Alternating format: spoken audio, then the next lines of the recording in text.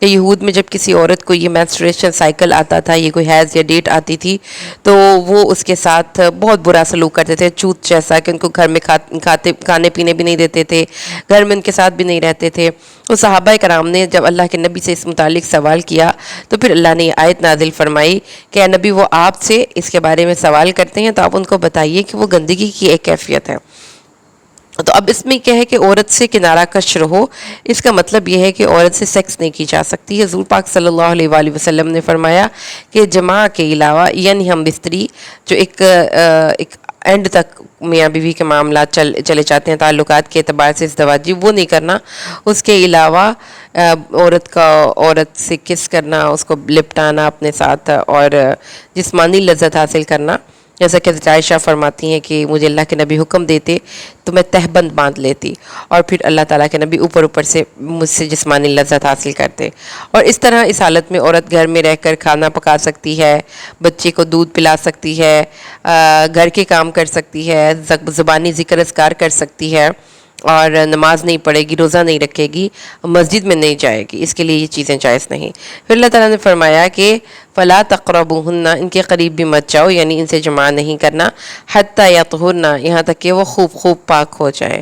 تو اس کا مطلب یہ کہ غسل کر لیں، اور غسل کا طریقہ آپ سب کو پتہ ہے، غسل جنابت کا اور غسل حیض کا ایک ہی طریقہ ہوتا ہے کہ وضو سے اپنی جنابت، سب سے پہلے آپ نے اپنی گندگی کو جو بھی شرمگاہ ہے اس کو واش کریں، وضو سے شروع کریں۔ وضو جب مکمل ہو جائے پاؤں چھوڑ کر تو پھر سر پہ 3 چلو پانی ڈالیں، پھر رائٹ سائڈ پہ 3 دفعہ ڈونگوں سے یا چلوؤں سے پانی ڈالیں، لیفٹ سائڈ پہ ڈالیں، پورے باڈی پہ پانی ڈالیں، اور اس کے بعد اپنے پاؤں کو واش کر لیں۔ اچھے طریقے سے سر کے بالوں کو کھول کے حالت حیض میں نہانا چاہیے، اور اس کے بعد پھر عورت پاک ہو جاتی ہے۔ اور اہل علم کا فرمان یہی ہے کہ غسل کے بعد ہی تو صحبت ہونی چاہیے، غسل سے پہلے صحبت یا کوئی جسمانی تعلقات جائز نہیں، اور اس بات پر تمام علماء کا اجماع ہے۔ البتہ بعض علماء اس چیز کے قائل ہیں کہ اگر عورت پاک ہو گئی ہے تو اس سے جماع کیا جا سکتا ہے، اس سے ہم بستری کی جا سکتی ہے، نہانے کی حاجت نہیں، لیکن قرآن کی اس آیت کی روح سے ان کو پاک ہونا ضروری ہے۔ فَإِذَا، پس جب تطہرنا، ہو پاک صاف ہو جائیں، تو فَأْتُوهُنَّ، تو آؤ ان کے پاس، من حیث، جہاں سے امرکم اللہ، اللہ تمہیں حکم دے رہا ہے، اللہ نے تمہیں حکم دیا، کہاں سے، یعنی کہ ان کی شرمگاہ جہاں سے اولاد ہو سکتی ہے وہاں سے آنا ہے۔ پخانے والی جگہ سے عورت سے جماع کرنا حرام ہے۔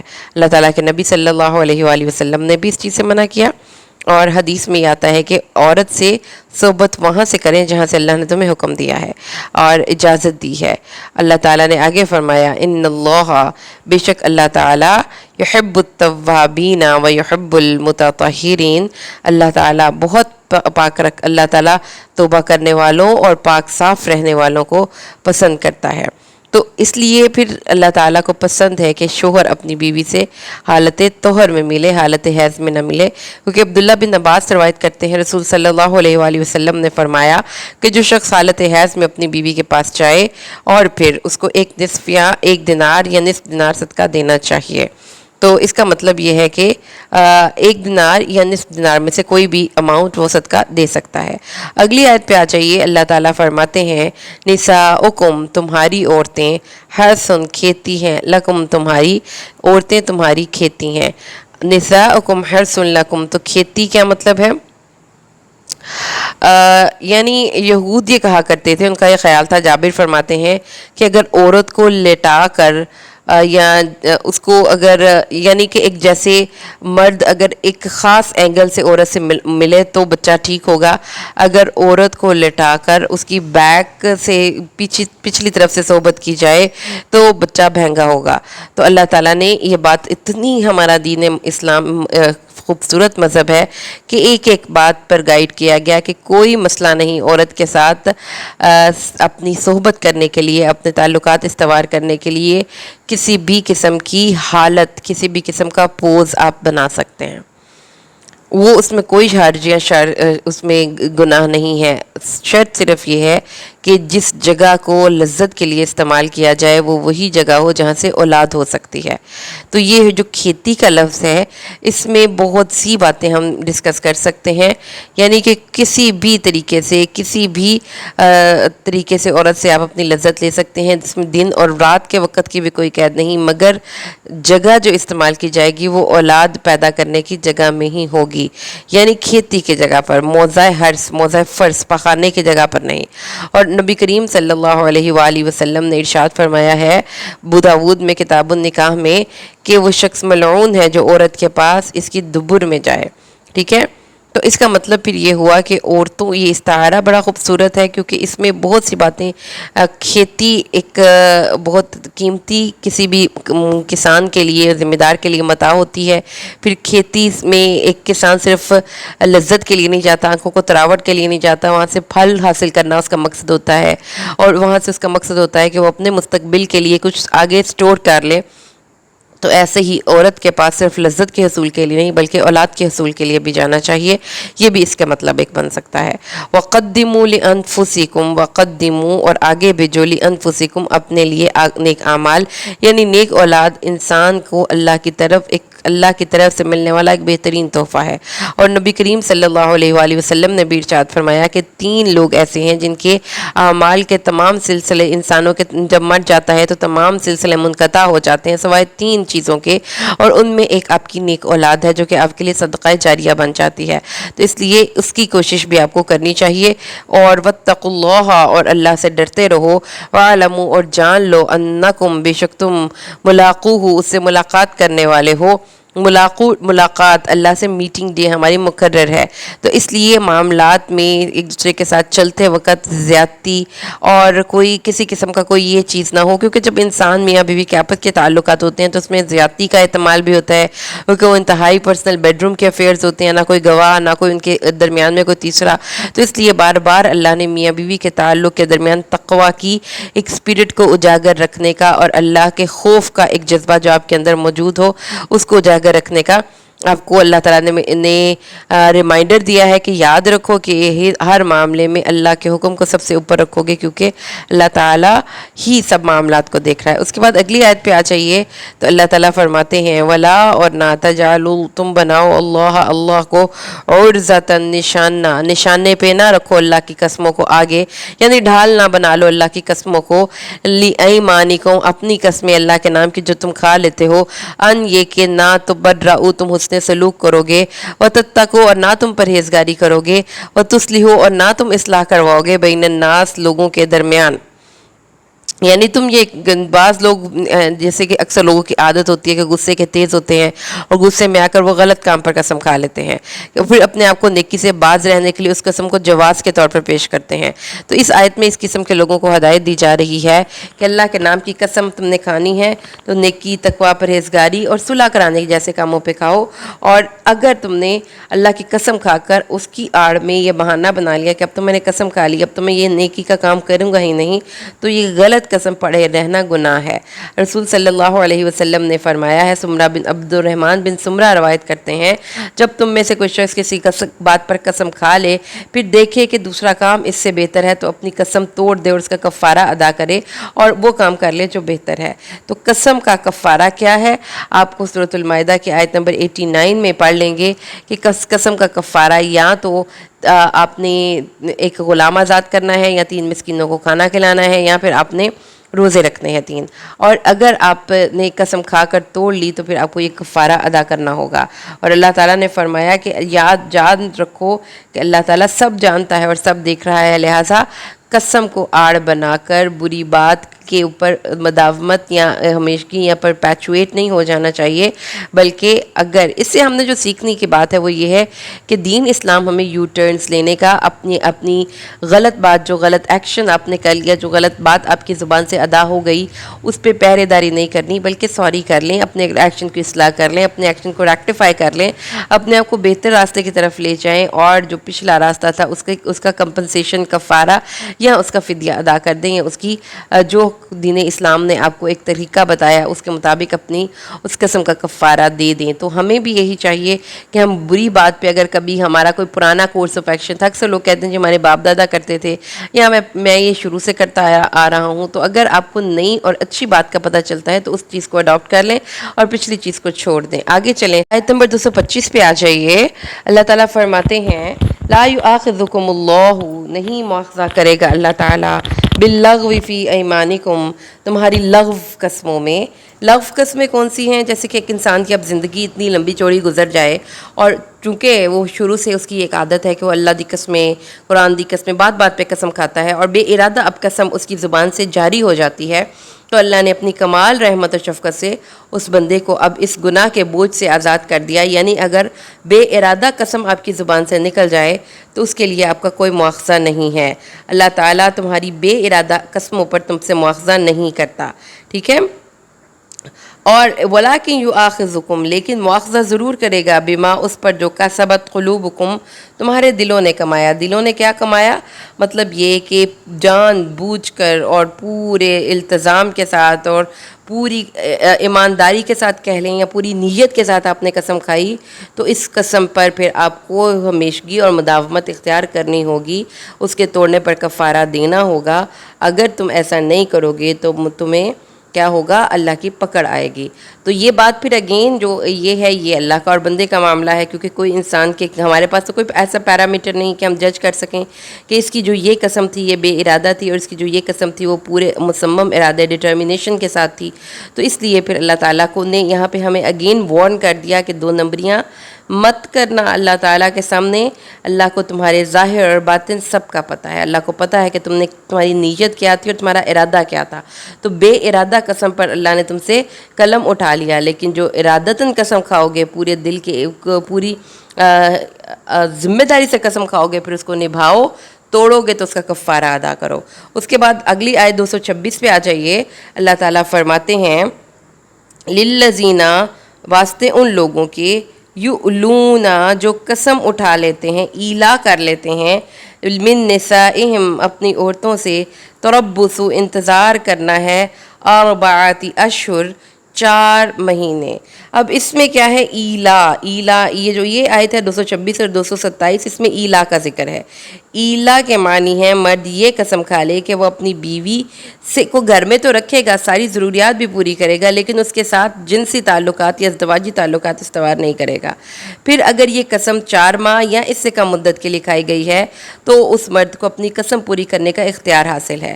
4 ماہ مکمل ہو جائیں تو اپنی بیوی سے اپنے تعلقات قائم کر لے، اس پر کوئی کفارہ نہیں. اگر اس مدت سے پہلے ہی، یعنی اس نے اگر 4 ماہ کی قسم کھائی ہے اور 3 ماہ میں وہ اپنی بیوی سے تعلقات بحال کرنا چاہتا ہے تو قسم کا کفارہ دے، جو کہ آپ کو پتہ ہے کہ آپ نے پڑھا ہے کہ 3 روزے رکھنے ہیں یا مسکینوں کو کھانا کھلانا ہے یا کسی غلام کو آزاد کرنا ہے، وہ کفارہ دے دے اور اس کے بعد وہ اپنی قسم وہ اپنی بیوی سے اپنے تعلقات بحال کر سکتا ہے. رسول صلی اللہ علیہ وآلہ وسلم نے ایک دفعہ اپنی بیویوں کے قریب ایک نہ جانے کی قسم کھائی 1 ماہ کے لیے. مدت پوری ہونے پر آپ نے ان سے تعلق قائم کر لیا اور آپ نے اس کا کوئی کفارہ ادا نہیں کیا.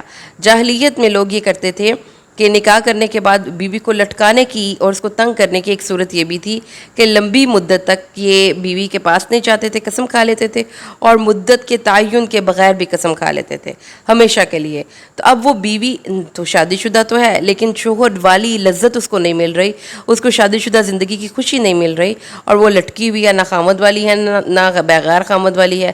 نکاح کی صورت میں اس کو وہ نکاح کی لذت ملنی چاہیے، تو اس کو گھر میں رکھا ہوا ہے، اس کا نان نفقہ پورا کر رہا ہے، لیکن اس کو شادی کے دوسری شادی کرنے نہیں دے رہا. یہ ظلم تھا عورت کے اوپر اور سوسائٹی میں کوئی بھی بندہ اس کے حق میں نہیں بولتا تھا.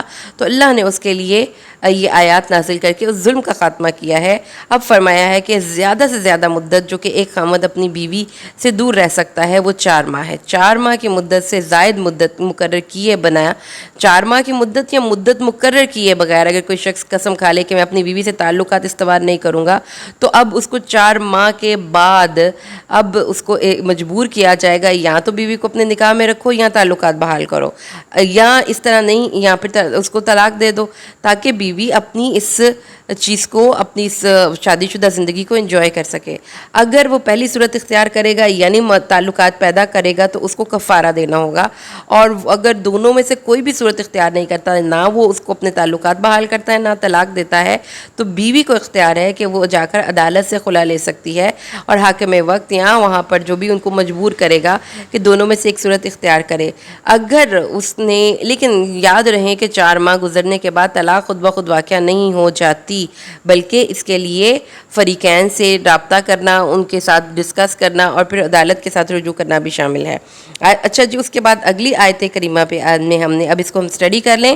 للذین، ان لوگوں کے لیے، یولونا جو قسم کھا لیتے ہیں، من نسائہم اپنی عورتوں سے دور رہنے کی، ان سے تعلقات استوار نہ کرنے کی، وہ انتظار کرتے ہیں، منتظر رب تربص، وہ انتظار کریں، 4 اشہر 4 مہینے، فإن فاؤ، پس اگر وہ رجوع کر لیں اپنی بیویوں سے یا اپنی اس قسم سے، فإن اللہ، تو بے شک اللہ غفور، بخشنے والا، رحیم، رحم کرنے والا ہے، وإن، اور اگر عزموا، انہوں نے پختہ ارادہ کر لیا، طلاق کا، اگر انہوں نے ارادہ کر لیا کہ اب وہ اس عورت کو طلاق ہی دیں گے، تو پھر اللہ تعالیٰ بھی سننے والا، خوب سننے والا اور خوب علم رکھنے والا ہے۔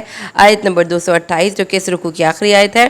والمطلقات، اور طلاق یافتہ عورتیں، یتربصن، انتظار کریں، روکے رہیں، طلاق یافتہ عورت کی عدت کا ذکر ہے، بانفسہن، اپنے آپ کو، طلاق یافتہ عورتیں اپنے آپ کو روکے رہیں، 3 قروء حیض، طلاق یافتہ عورتیں 3 حیض تک خود کو روکے رکھیں، ولا یحل، اور نہیں ہے جائز، لہن، ان کے لیے، یہ ان یکتمن، کہ وہ چھپائیں، ما، جو خلقہ، پیدا کیا ہے، اللہ نے، فی ارحامہن، ان کے رحموں میں۔ اگر خاوند اپنی بیوی کو طلاق دے دے تو وہ بیوی اپنے خاوند سے فوراً جدا نہیں ہو جاتی، بلکہ اسے کچھ مدت اسی خاوند کے نکاح میں انتظار کے لیے رہنا پڑتا ہے، جس کے اندر خاوند یا تو اس سے رجوع کر سکتا ہے یا اس کو طلاق دے سکتا ہے۔ جب وہ مدت گزر جائے تو عورت آزاد ہے کہ وہ چاہے تو اسی دوسری جگہ پہ نکاح کر سکتی ہے۔ اس مدت کو عدت کہتے ہیں۔ اس مدت میں ایک اللہ تعالیٰ نے یہ گائیڈ کیا کہ اگر کوئی شخص اپنی بیوی کو طلاق دینا چاہتا ہے تو وہ بغیر ہم بستری کیے عورت کے حیض آنے کا انتظار کرے۔ حیض آنے کے بعد اس کا طہر، نیا سائیکل سٹارٹ ہوا ہے حیض کے بعد، اس کے بعد بغیر ہم بستری کیے اپنی بیوی کو طلاق دے، اور حیض تو اس کو پھر 3 حیض تک اس عورت کو اپنے آپ کو روکنا ہے نئی جگہ پہ شادی کرنے سے۔ 3 حیض آنے کے بعد اس عورت کو وہ شوہر یا تو اچھے طریقے سے گھر میں رکھ لے گا یا رخصت کر دے گا۔ یہ عدت کس عورت کی ہے؟ یہ عدت اس عورت کی ہے جو حاملہ نہیں ہے، جو مدخولہ ہے، یعنی اس کے خاوند نے اس کے ساتھ صحبت صحیحہ کی ہے، اور وہ عورت ہے جس کو حیض آتا ہے۔ وہ عورت جس کو حیض نہیں آتا اس کی مدت 3 ماہ ہے، اور وہ عورت جس کا حیض بند ہو گیا اس کی مدت بھی 3 ماہ ہے۔ اور اگر خلوت صحیحہ سے پہلے غیر مدخولہ ہے، یعنی وہ عورت جس کے ساتھ شوہر نے صحبت نہیں کی، وہ بغیر عدت کے دوسری جگہ نکاح کر سکتی ہے۔ اور وہ عورت جس عورت کو حمل ہے اس کی عدت وضع حمل تک ہے۔ تو اس آیت میں کس عدت کا ذکر ہے؟ یہ اس عورت کی عدت کا ذکر ہے جو غیر حاملہ ہو، مدخولہ ہو اور اس کو حیض آتا ہو۔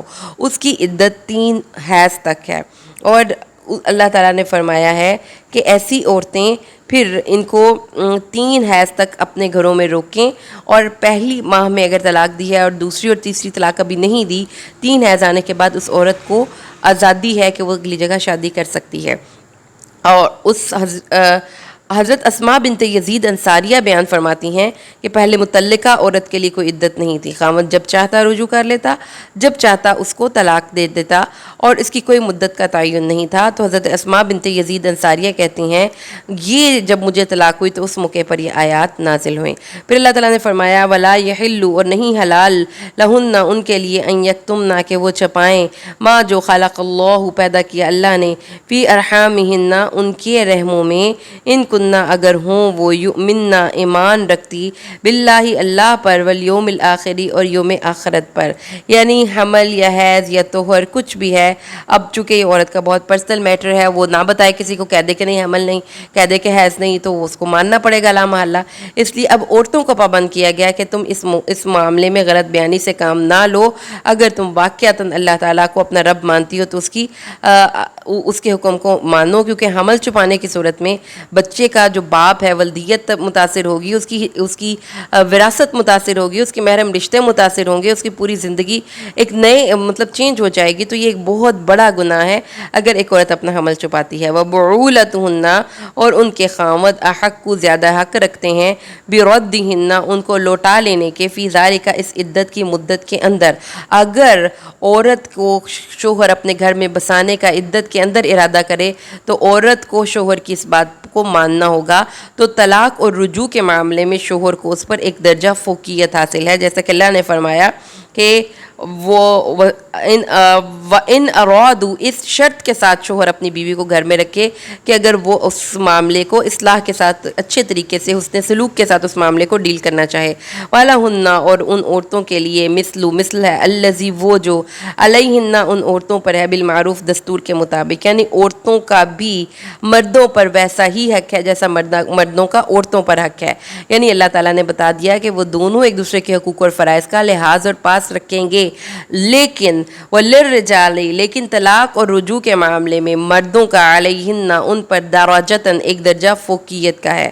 تو اللہ تعالیٰ کے نبی صلی اللہ علیہ وآلہ وسلم نے بھی یہ بتایا کہ تمہارا ان عورتوں پر یہ حق ہے کہ وہ تمہارے بستر پر اس کو نہ بیٹھنے دیں جسے تم ناپسند کرتے ہو. اگر وہ ایسا کریں تو انہیں ایسا مارو جو کہ شدید نہ ہو، اور ان کا تم پر حق یہ ہے کہ تم انہیں دستور کے مطابق کھانا اور لباس دو. لیکن للرجال علیہن، درجہ میں کیا ہے کہ مرتبے میں، اطاعت میں، خرچ کرنے میں، وراثت میں، فطری قوتوں میں، اور خاص طور پر طلاق اور رجوع میں مرد عورت پر زیادہ حق رکھتا ہے. اس کا شرف عورت پر زیادہ ہے، یہ اس کی برتری کا باعث ہے. یعنی کہ سورۃ النساء میں بھی اللہ نے فرمایا الرجال قوامون علی النساء، مرد عورتوں پر قوام ہیں، نگران ہیں، اس لیے کہ اللہ نے بعض کو بعض پر فضیلت دی ہے، اور اس وجہ سے کہ وہ اپنے مالوں میں سے خرچ کرتے ہیں. اور یاد رکھو کہ اللہ غالب اور حکمت والا ہے. تو ان آیات میں ہم نے جو اسٹڈی کیا ان میں ہم نے یہ دیکھا کہ عدت کی مدت کا تعین بھی قرآن نے کر دیا، اور طلاق دینے کے سارے احکامات بھی بتا دیے. عورتوں کو بھی گائیڈ کر دیا، مردوں کو بھی گائیڈ کر دیا، کیونکہ طلاق اور عدت، یا طلاق یا رجوع، یہ کوئی مذاق یا کھیل نہیں ہے.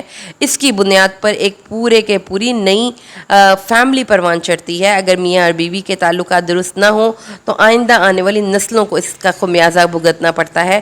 اس لیے اللہ تعالیٰ نے طلاق کے احکامات کو بڑا واضح اور بڑا ایکسٹینسو خود ڈسکس کیا. اور یہ بھی جیسا کہ آج ہم سمجھتے ہیں، ہم ڈراماز میں، ٹی ویز میں دیکھتے ہیں، طلاق طلاق طلاق اور عورت مرد سے علیحدہ ہو گئی. ایسا کچھ نہیں ہے. طلاق بائن، طلاق رجعی، دو طلاقیں ہیں. ایک طلاق وہ جس میں کہ عدت کی مدت میں اور بعد میں بھی مرد اپنی عورت سے رجوع کر سکتا ہے. اور اللہ تعالیٰ نے اس معاملے کو اتنا سمپل نہیں رکھا، اور نہ ہی اتنا جلدی مرد عورت سے علیحدہ ہو سکتا ہے. پورا سوچ سمجھ لیں، آنے والے وقت کے بارے میں غور و فکر کریں. بچے ہیں تو بچوں کے بارے میں سوچیں. پھر دیکھیں کہ اگر عورت شوہر کے نکاح، اگر شوہر بیوی کو اپنے گھر میں رکھنا چاہتا ہے تو اس کو اختیار ہے کہ وہ رجوع کر سکتا ہے. اور 3 ماہ چھوٹی مدت نہیں ہوتی، 90 دن ہوتے ہیں تقریباً.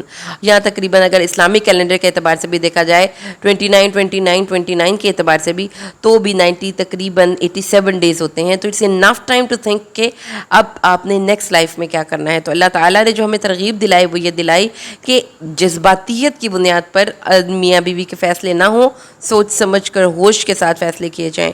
تو اللہ سے دعا کرتے ہیں کہ اللہ تعالیٰ ہمیں قرآن کو سمجھ کر پڑھنے کی توفیق نصیب فرمائے.